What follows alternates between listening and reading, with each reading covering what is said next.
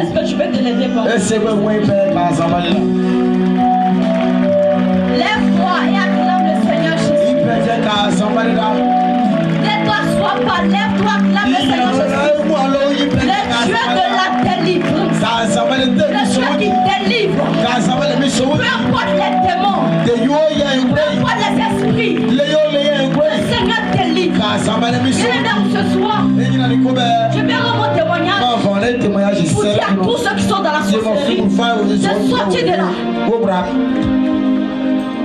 Pour dire à tous ceux qui sont dans la sorcellerie de sortir de là. Parce que moi-même j'étais rempli des démons, des anges déchus, des esprits impurs. Et le Seigneur m'a délivré. Toi aussi. Le Seigneur peut te délivrer. Peu importe l'esprit qui est en toi. Gloire à Dieu. Gloire à Dieu. Lève ton corps, acclame le Seigneur Jésus. Lève-toi, acclame le Seigneur. Donne-lui toute la gloire. Toute la gloire à lui. Amen. Amen. Bien-aimé, je vais parler de l'initiation à la sorcellerie. Comment le diable initie les enfants dans les écoles? Comment les enfants sont initiés à l'école? Bien aimé, le diable s'appuie sur quelque chose avant d'initier les enfants. La Bible dit que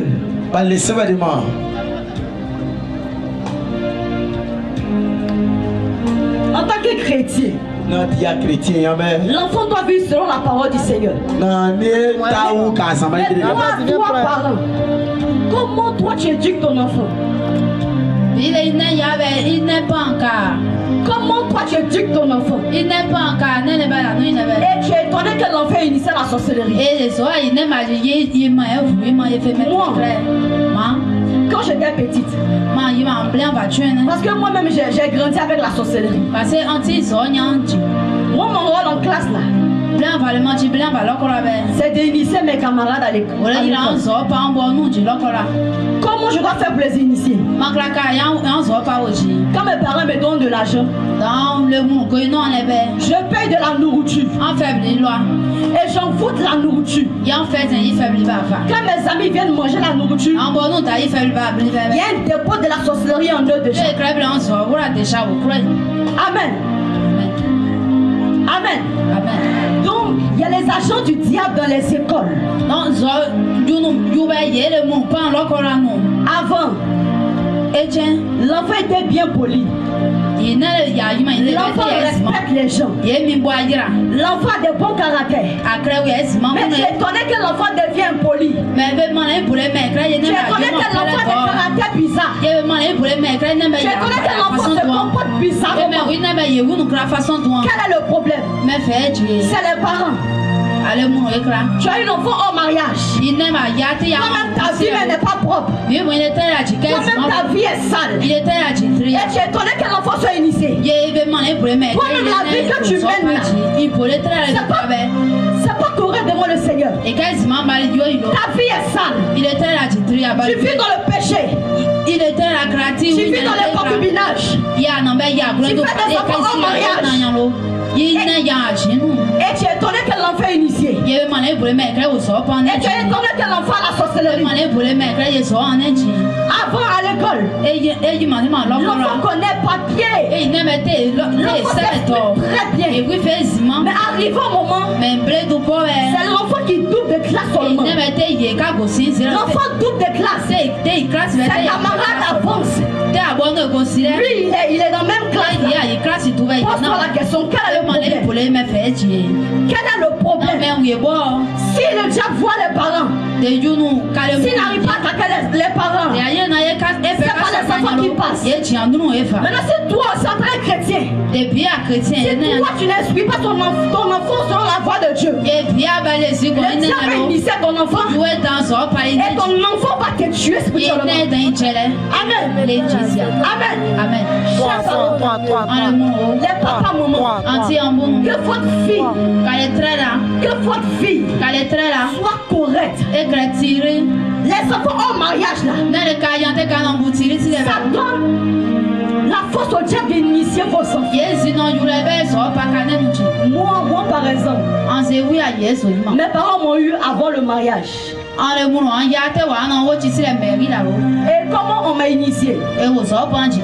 Chez nous là, quand tu es jumeau ou bien jumelle, on fait des présentations pour donner nom aux enfants. Pour venir présenter à la famille que les jumeaux sont là. Les enfants sont là.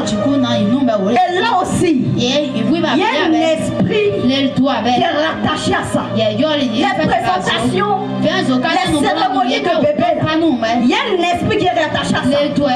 Moi, avant que je vienne au monde, il y a les adorations qui étaient déjà faites dans ma famille. Donc moi je suis déjà appelé, avant que je vienne au monde, je suis déjà appelé à servir le diable. Donc dès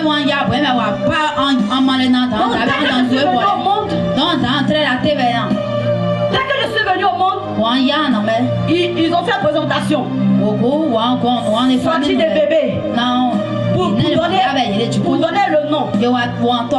Chez nous les abeilles là, quand il y a un jumeau ou bien jumelle, si c'est un garçon, on dit taro. Taro ça signifie jumelle. Donc ce jour là, et puis avant qu'on donne le nom, il y a des paroles que les parents doivent prononcer. Et déjà même, quand les parents commencent à prononcer des paroles, il y a les esprits qui sont déjà rattachés à ça. Et là, le jour de la présentation, c'est là qu'on m'a initié à la sorcellerie. Mon première initiation. J'avais déjà un dépôt de la sorcellerie en moi. Et à l'école là, parce que dans le monde spirituel là, quand tu es un sorcier, partout tu passes là, tu dois initier quelqu'un ou bien arracher grâce de quelqu'un. Donc, étant petite, le corps m'avait donné pour pouvoir pratiquer la sorcellerie. Le corps m'avait donné pour pouvoir pratiquer la sorcellerie. Le temps n'était pas encore arrivé. Mais quand j'ai eu l'âge de 5 ans, 6 ans, j'ai commencé à aller à l'école. Et à l'école, quand on dit l'enfant timide, la même l'enfant qui ne parle pas. Et puis quand je dors là, je vois des gens, ils viennent m'appeler, ils me donnent de la nourriture. Mais je n'ai jamais dit ça à mes parents. Je n'ai jamais dit ça à mes parents. Les papas, maman, quand vos enfants là, vous voyez, quasiment dans lui, l'enfant commence à crier. Quand tu lui demandes là, il dit maman, il n'y a rien. Mais alors que l'enfant a vu quelque chose, c'était mon cas. Quand je dors la nuit là, je vois les gens venir m'appeler. Je vois des choses bizarres. Mais quand je me réveille, je dis rien à mes parents. Je tombe malade. Mes parents me demandent tu as quoi? Je dis j'ai rien. Je dis maman j'ai rien. Mais alors qu'il y a quelque chose qui s'est passé là. Bien priez pour vos enfants. Consacrez vos enfants au Seigneur. Parce que le diable dans nos jours là, c'est pas les grandes personnes qui l'initiaient. C'est les enfants innocents. Les enfants qui n'ont rien fait à cause des péchés des parents. À cause des adorations des parents. Le sang passe par les enfants. Vous pouvez initier les enfants. Gloire à Dieu. Gloire à Dieu. Acclame encore le Seigneur. Acclame Jésus. Acclame Jésus. Parce qu'aujourd'hui, je ne suis plus dans la sorcellerie. Mais toi qui es encore dans la sorcellerie, sache que le Seigneur Jésus-Christ, il est le Dieu qui délivre. Il est le Dieu qui libère. Il est le Dieu qui libère. Gloire à Dieu.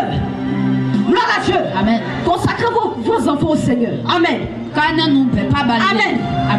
Après ça, quand ils m'ont initié à la sorcellerie, maintenant, deuxième mission là, c'est d'attaquer les chrétiens. C'est d'attaquer les chrétiens. Quel chrétien prie dans le monde spirituel là? Quel chrétien qui est rempli de la présence de Dieu? Un chrétien qui est rempli de la présence de Dieu. Quand tu commences à prier, le diable là, avec ses actions là, ils sont à terre. Parce que tu as la présence de Dieu en toi. Ça dérange le monde entier. Ça dérange le diable. Maintenant, comment faire pour pouvoir détruire ces vies là? Comment faire pour pouvoir empêcher que ces gens la prient? Amen. Il y avait un pasteur. Le pasteur il était rempli de la présence de Dieu. Quand il parle même là, toi-même tu as arrêté puis tu trembles. Parce que de la tête au pied, il est loin. Et il vit pour plaire au Seigneur. Il vit pour plaire à Dieu. Mais comment j'ai fait pour l'avoir? Comment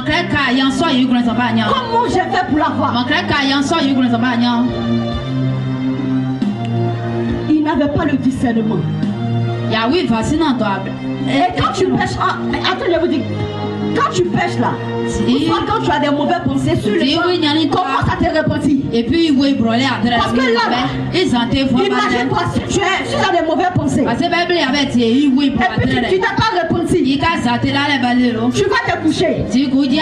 Là, c'est une porte d'entrée pour le diable. Amen. Donc le pasteur là, il avait la présence de Dieu. Dans le monde spirituel là, j'étais mandaté pour l'éteindre. Comment j'ai fait? C'est un grand pasteur. Il a commencé à évangéliser dans la rue. Parler du Seigneur. Parler du Seigneur. Parler du Seigneur. Mon plan, c'est de le faire croire que je vais me donner au Seigneur. Et de là, il va m'envoyer dans sa maison. Et de là, je vais la voir.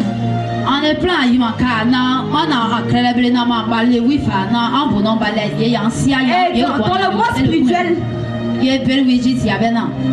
j'avais tous les pouvoirs. Le diable m'a donné tous les pouvoirs. Ça veut dire que tu peux me voir physiquement. Mais dans le monde spirituel là, je peux avoir 30 ans, 27 ans, là, donc je me suis habillée comme les prostituées. Pour le faire croire que j'ai trop péché, je vais me donner au Seigneur. Et mon but déjà même, c'est de l'empêcher d'évangéliser. Donc quand il a commencé à parler du Seigneur, je suis venue à côté de lui. J'ai commencé à pleurer. Pardon, pasteur. Je suis prostituée. Je vais me donner au Seigneur. J'ai trop péché. Je n'ai pas de maison. Mais tout ça là, c'est faux. Ça veut dire que si tu n'as pas le discernement là, le diable va te terrasser en 1 minute. Michel, faut suivre. Si tu n'as pas le discernement, le diable peut te terrasser en 1 minute. Donc, dès que j'ai commencé à parler, le pasteur a arrêté d'évangéliser. Parce que chez lui, il y a quelqu'un qui veut se donner au Seigneur. Et il m'a demandé qu'est-ce qui ne va pas. J'ai dit pasteur. J'ai dit pasteur. J'ai trop péché. Je vais me donner au Seigneur. Mais alors que tout ça là, c'est une mensonge. Amen. Donc quand il a arrêté l'évangélisation, il m'a pris pour aller chez lui. Arrivé dans sa maison, je vais faire quoi que je vais confesser. Je vais avouer mes péchés. Et j'ai imaginé des choses dans la tête. Pour le faire quoi que je vais confesser. Mon but là, c'est de salir ses pensées et de coucher avec lui spirituellement. Amen. Donc j'ai commencé à imaginer les choses dans la tête pour dire que je couche avec tel homme. Genre, vous savez ses pensées quoi. Mais lui aussi, il n'avait pas le discernement. Au fur et à mesure, quand je parlais, il avait de mauvaises pensées. Et aussi, il n'était pas marié. Il était célibataire. Chez lui, peut-être, il se disait que j'ai trouvé une femme. Après la délivrance, je vais la marier.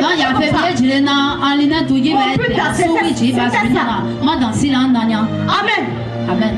Donc, au fur et à mesure que j'ai commencé à parler, il a commencé à avoir des mauvaises pensées. Et c'est comme si dans le monde spirituel là, j'ai déjà déposé quelque chose. Et puisque le diable m'a interdit de faire des rapports sexuels physiquement, donc c'est spirituellement maintenant. Donc après ça, quand j'ai vu que il a commencé à avoir des mauvais pensées, déjà, si un chrétien qui est rempli de la présence de Dieu, si au même moment tu commences à avoir des mauvais pensées là, la présence de Dieu en toi diminue. Le feu diminue en toi. Et au fur et à mesure, quand il me convoitait, le feu en lui diminuait. Ça veut dire que en une minute là, la présence de Dieu qui est en toi, le feu qui est en toi, si tu n'as pas le discernement, le Seigneur peut te quitter là. Amen. Donc au fur et à mesure quand il me convoitait, le feu diminue. Et après il a dit qu'il va se coucher. Je sais pasteur. Et puis c'était samedi. Dimanche il était programmé à prêcher. Mon but là, c'est pour que dimanche là, qu'il ne prêche pas. Amen. Amen. Amen. Amen. Acclame Jésus.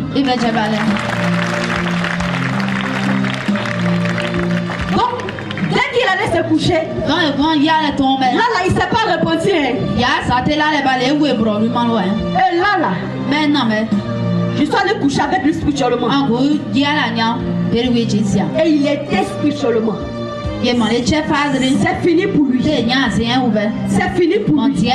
Mais pour dire que bien aimé, dans tout ça là, en tant que chrétien, quand le diable voit ta grâce, quand le diable voit la présence de Jean Paul, il fait tout possible pour pouvoir t'aider. Mais si tu n'as pas le discernement, ta vie est finie. Acclame le Seigneur Jésus. Lève-toi, acclame-le, acclame-le. Acclame-le. Et si moi aujourd'hui le Seigneur Jésus-Christ m'a délivré, c'est pas toi qui ne peux pas délivrer. Amen. Moi qui étais rempli des serpents, des dragons. Le Seigneur m'a délivré. C'est pas toi que le Seigneur ne peut pas délivrer. Lève-toi, acclame le Seigneur.